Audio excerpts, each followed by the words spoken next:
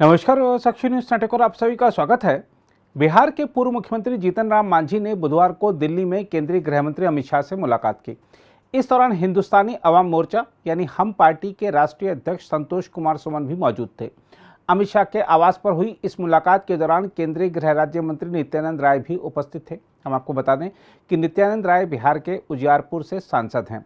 मांझी की बीजेपी नेताओं से यह मुलाकात ऐसे समय में हुई है जब उनके दल के राष्ट्रीय जनतांत्रिक गठबंधन यानी एनडीए में शामिल होने की अटकलें हैं।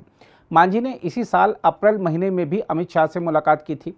हम पार्टी ने सोमवार को बिहार के मुख्यमंत्री नीतीश कुमार के नेतृत्व वाली सरकार से समर्थन वापस ले लिया था। उनके इस कदम के बाद से उनके एनडीए में शामिल होने की चर्चा जोरों पर है।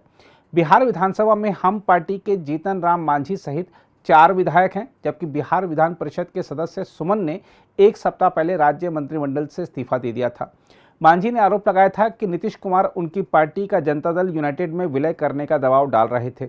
मांझी ने नीतीश सरकार से समर्थन वापसी का पत्र राज्य के राज्यपाल राजेंद्र अर्लेकर को सौंपने के बाद कहा था कि वह भविष्य के विकल्पों पर विचार विमर्श के लिए अगले कुछ दिनों तक दिल्ली में रहेंगे और उस दौरान वह केंद्रीय गृह मंत्री अमित शाह सहित एनडीए के नेताओं से मिलने की कोशिश करेंगे।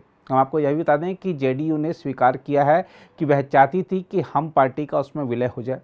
जेडीयू के राष्ट्रीय अध्यक्ष राजीव रंजन सिंह उर्फ ललन सिंह ने 8 साल पुरानी पार्टी की तुलना एक छोटी दुकान से की थी, जिस पर हम पार्टी के कार्यकर्ताओं की कड़ी प्रतिक्रियाएं आई थीं। बिहार के मुख्यमंत्री नीतीश कुमार ने कहा था कि उन्हें मांझी पर शक है कि वह बीजेपी के इशारे पर महागठबंधन के नेताओं की जासूसी कर रहे थे। नीतीश कुमार ने मांझी को 23 जून की विपक्ष की बैठक से बाहर रखने के फैसले का बचाव करते हुए दावा किया था कि वह सब कुछ बीजेपी को लीक कर देते। मांझी और सुमन ने कहा है कि हालांकि वे एनडीए में लौटने के खिलाफ नहीं हैं, लेकिन वे तीसरे मोर्चे सहित अन्य संभावनाएं भी तलाश कर रहे हैं। राजभवन के बाहर जब मांझी से पत्रकारों ने पूछा था कि क्या वह कांग्रेस नेता राहुल गांधी से भी मुलाकात करेंगे, तो उन्होंने कहा था, मैं उनसे मिलने की कोशिश करूंगा, मैं बसपा प्रमुख मायावती से भी मिलने की कोशिश करूंगा।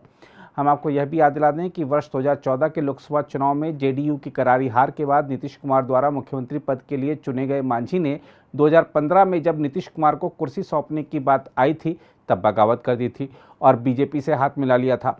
वह 2019 के लोकसभा चुनाव में राष्ट्रीय जनतांत्रिक गठबंधन के नेतृत्व वाले गठबंधन का हिस्सा थे। इस चुनाव को जेडीयू और बीजेपी ने एक साथ लड़ा था।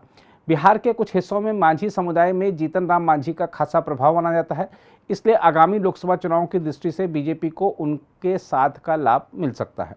बिहार विधानसभा में दलीय स्थिति की बात करें तो सत्तारूढ़ महागठबंधन के पास लगभग 160 विधायक हैं। इस गठबंधन में जेडीयू, राष्ट्रीय जनता दल, कांग्रेस और 3 वाम दल शामिल हैं। 243 सदस्यीय बिहार विधानसभा में बहुमत के लिए 122 विधायकों की जरूरत होती है।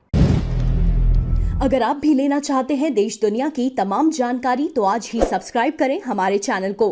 साथ ही नीचे दिए बेल आइकन को जरूर दबाएं ताकि हर अपडेट आप तक पहुंच सके।